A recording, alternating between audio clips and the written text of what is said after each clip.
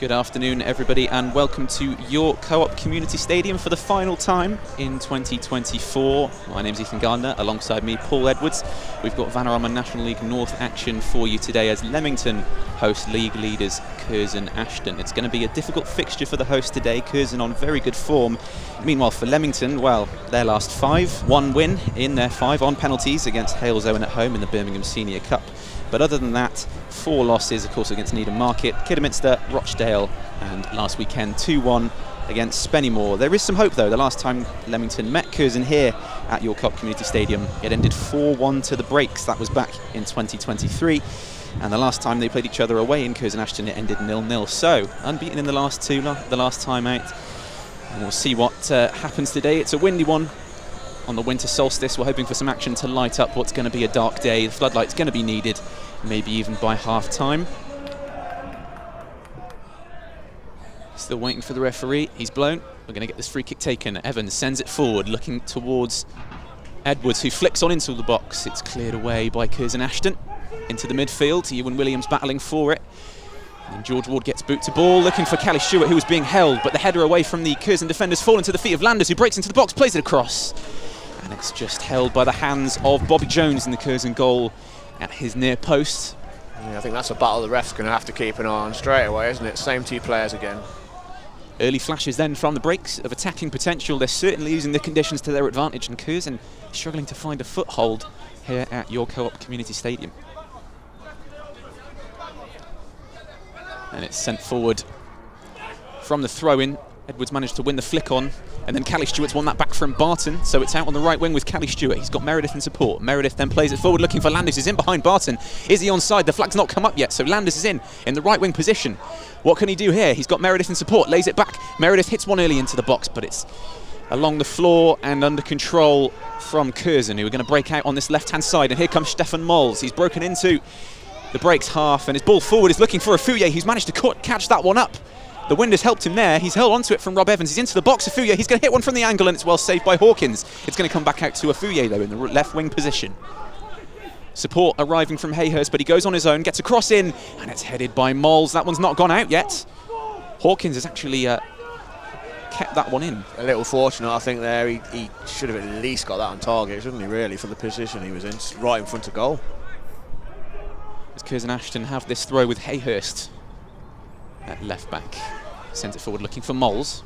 Mols' flick on is cleared by George Ward, and it's found the number 9, Callie Stewart, brings it down, plays in Landers. Landers sends it forward looking for the switch, and he's called into action Quainer. Quainer in the left wing position. Can he get a delivery into the box? He's hit one in. It's going to come right through. Not cleared. It's fallen to Callie Stewart, and it's saved well by the keeper. Hit again, and it's cleared in. And there's Dan Turner. Oh, he's put it wide. That was a great chance for us to get in front there. A couple of chances, in all fairness. The ball had come into the box. Callie Stewart hit one. It was well saved by the goalkeeper, then came back to Stewart. He hit again, blocked, fell to Dan Turner. And Dan Turner's put it just wide of the left-hand post. Maybe rustiness there from Dan, to be fair. In his first spell here, he would have put that away without any problems whatsoever, I think. But he hasn't had a lot of games this season, so you could put it down to that. In on loan from Chester, of course, DT23, Dan Turner. This is his first home appearance back in the gold and black.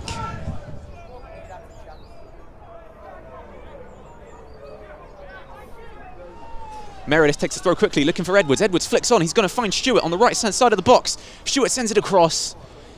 Not a great clearance. It's going to come to Walker, who's hit one, and it's in! It's a goal for the captain. Walker hits it on the volley, and Bobby Jones, who I said had been so solid all season, lets it right through his hands. Yeah, Walker got that right in the money, didn't he? Fantastic. That's a good start for us now. Let's see if we can build. Leamington 1, Curzon Ashton 0. I don't think many people saw it coming, but it's a nice finish from Walker. I have to say, it wasn't the most convincing of volleys, but it was on target, and that's all that matters. It just goes right through Jones's hands, and he was stood comfortably. And now Devon Matthews versus Callie Stewart. Stewart does well and forces Matthews to turn back towards his own goal. Play it all the way back to Bobby Jones. Under pressure again. Plays it across to Posher. Posher sends it out looking for a foyer, but Quayner's won that, and Quayner brings it forward, playing in Stewart, who flicks it on nicely for Dan Turner, who's breaking into the box. Dan Turner's got it under control, but the rushing on goalkeeper has come back to Stewart, who's headed it in! 2-0. Turner was in on goal, he hit one. It was saved by the keeper, but it only fell to the onrushing head of Callie Stewart, whose looping header is into the back of the net. Breaks 2, Curzon Ashton 0. You've got to admire Callie Stewart's opportunism there, haven't you? So that was a wonderful header. The reactions of Callie Stewart, he was rushing on almost at full speed. The ball comes flying back at him, and he cushions a header beautifully, looping in towards the goal. Bobby Jones nowhere to be seen to save it. Yeah. We've got a game on our hands now. And I have to say as well, the flick initially from Stewart to play in Turner was lovely as well. The whole play to build that goal up. The breaks attack is looking fluid.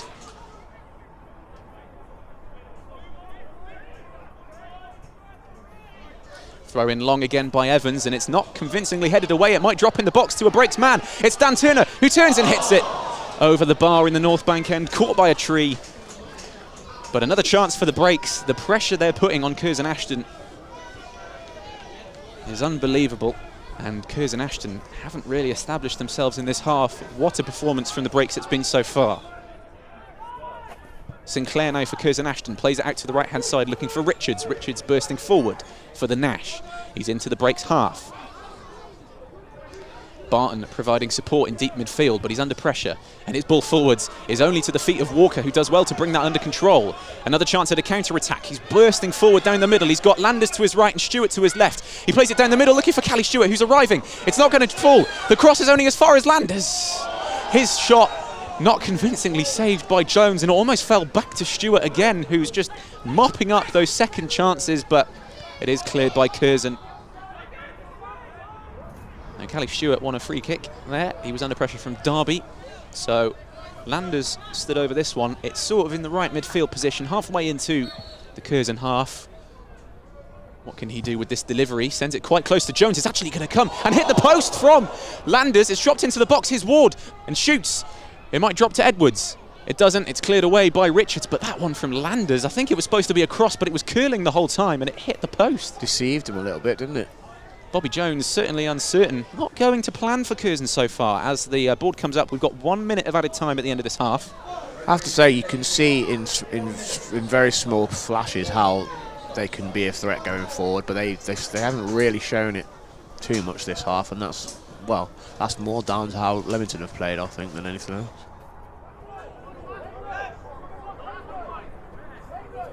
As Evans takes a long throw, looking in towards Jack Edwards, who flicks it on into the box. It's up and away, though, by Curzon Ashton. It's going to fall to Landers on the right-hand side. Landers hits an early cross, it's towards the back post, and there's Edwards arriving. But he just couldn't get around the ball, and it's gone up and over the Harbury, and out for a goal kick to Bobby Jones's Curzon Ashton goal. What a Christmas present this would be for Paul Holloran's men. Hawkins sends that, and you can see the effect the wind is still having high up, because that one didn't clear the halfway line. And the break's now under pressure. The ball is at the feet of Buckley Ricketts, who feigns a cross and then holds the ball up. He's got Richards behind him, but he's sold him short and given it away to Turner. Turner then finds Callie Stewart, who's turned nicely and played back Turner on the left-hand side. Support again from Callie Stewart. Turner's cutting inside. He's got Walker and Stewart in support. Plays Walker in on the left-hand side of the box. He gets around the ball and crosses well. It might fall to Jack Edwards, whose header is caught by Bobby Jones. Another chance for the hosts. The referee's blown so that Hawkins can take the goal kick. Jack Edwards looking interested in this one. It's going to come in his direction. And he manages to put enough pressure on to force Posher to clear it. It might come towards Marn. He loses out in the air to Quayner. Falling in the midfield for Curzon Ashton, but a strong tackle in there from Williams and from Walker, but neither of them have won it from Buckley Ricketts, who takes a dig from range. And that one was always rising. It's just over the bar on the North Bank end. Hawkins didn't need to try and save that. It's gone out for a goal kick, but he's looked impressive, the number 10 in central midfield, and he's certainly been given a little more freedom now that Barton isn't on him, because Edwards' height is coming into play. He's winning a lot of headers, and that's consequent knock-ons are then causing problems. But then the goal kick comes right through to Stefan Moles. He's in one-on-one on the keeper. He tries to hit that round, and it's in. Curzon Ashton have a goal back, and it's a Route 1 style goal. Bobby Jones hits a goal kick forwards right down the centre of the defence. Stefan Moles runs on and puts it round Callum Hawkins. Leamington 2, Curzon Ashton 1. This could be interesting now. That's another instance of where the wind has come into play here. Not necessarily affecting the goalkeeper, but certainly caught out all of the breaks defenders. Stefan Moles unchallenged for that one. So, the deficit halved.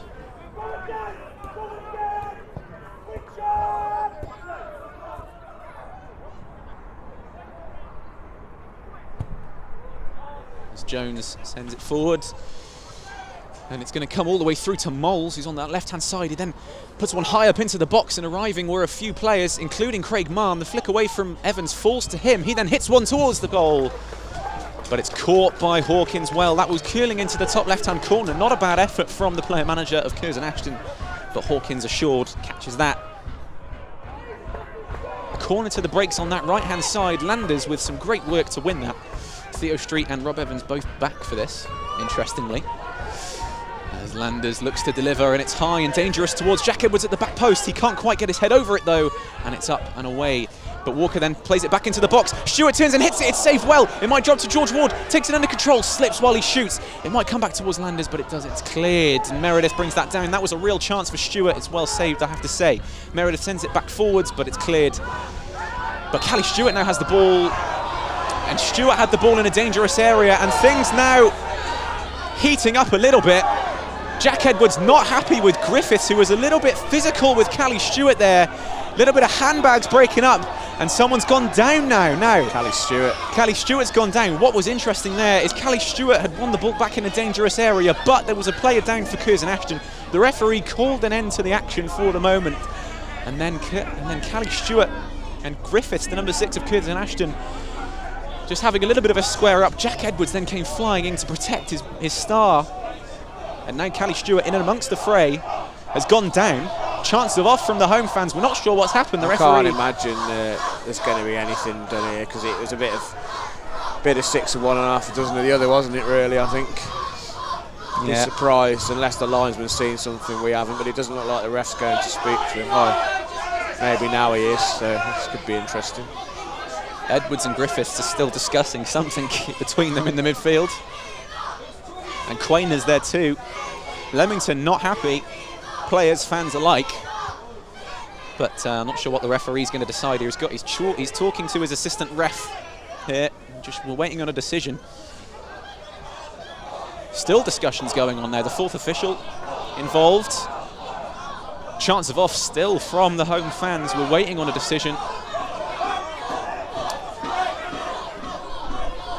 And the referee having a discussion with the manager of Curzon Ashton. He's actually reaching into his pocket now, but who's he talking to? Well, I think Callie Stewart's probably going to get a caution by the looks, or Griffiths. No, it's Griffiths. He's getting a yellow for his part in that. So a second yellow card for Curzon Ashton. And it's Griffiths, the substitute, who's picked it up. And Jack Edwards, well, for his rushing over and protecting his man, he's been given a yellow card as well, Jack Edwards.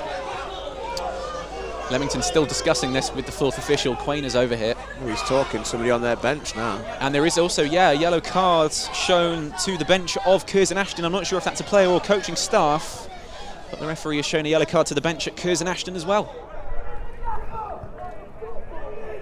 Free kick taken quickly towards Mahon, who's now in the right wing position. He's going to deliver that one into the box, and arriving is Barton. It's flicked on and out by the breaks. Walker then sends it forward. It's going to hold up for Landers. Landers takes it with his head, and it's now him and Stewart, 2 against 2. Landers running at his man. It's Griffiths. Landers cuts inside and takes a shot, and it's saved by the keeper, but it comes to Stewart. Leamington 3, Curzon Ashton 1. Callie Stewart with the brace.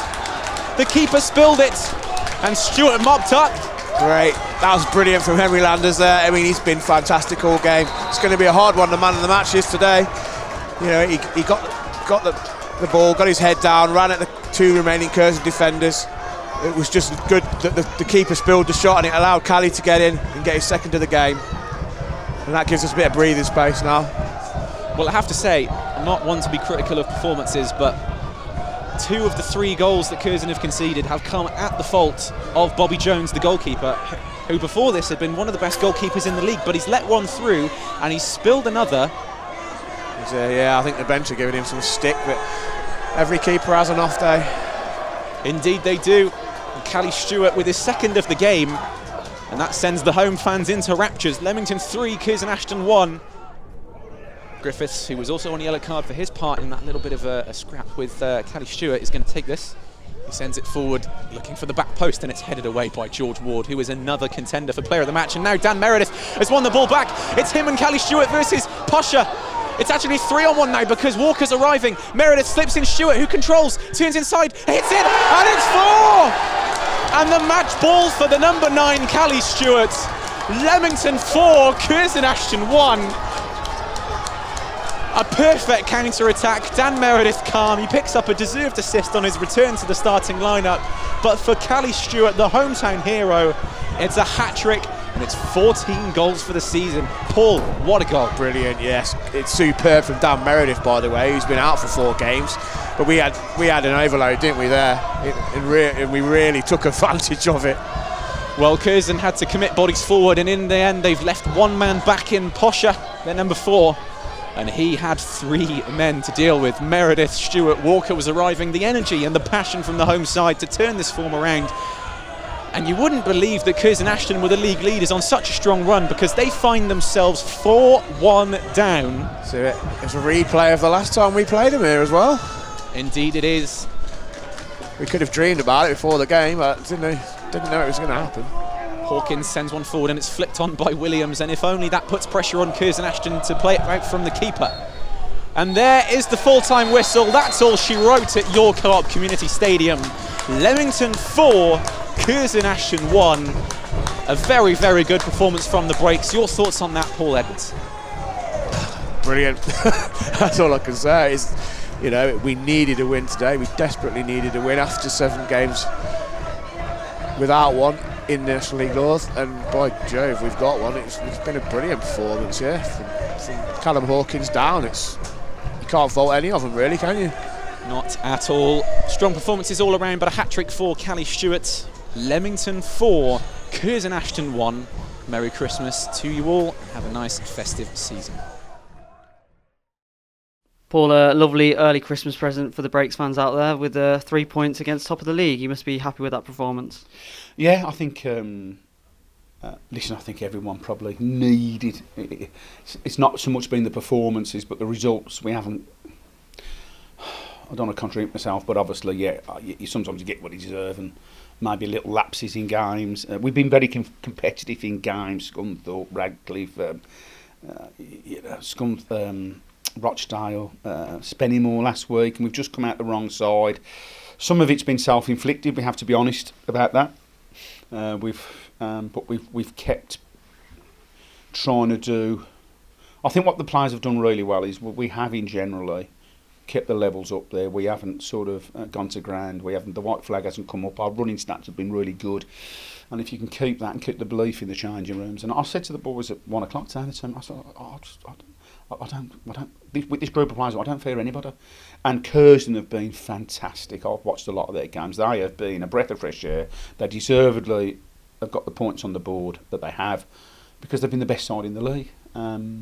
And whether it's been Scunthorpe here the other week or Curzon today, you can see the group of players we've got. We can go toe to toe with anybody. I thought our performance today was relentless. I thought it was relentless for most of the game. Just that one moment we didn't manage well. I think first half, if we would have come in 5 or 6 up, nobody could have complained. They've got a reaction. The manager's made a change. I think he's put a system out on the pitch which probably suited the day. Certainly caused us a couple of issues. The goal, the disappointing moments. The goal, it's not just a straight ball. It's the fact we haven't dealt with the first contact. The fact that it's the left wing back making a great out to win run. We've got to get a block and we've got to follow that. And you're thinking to yourself, well, here we go again. It's a bit of deja vu from the last few games where we've done so well and we haven't dealt with the moments again. And it's another probably individual mistake. Good finish from the boy.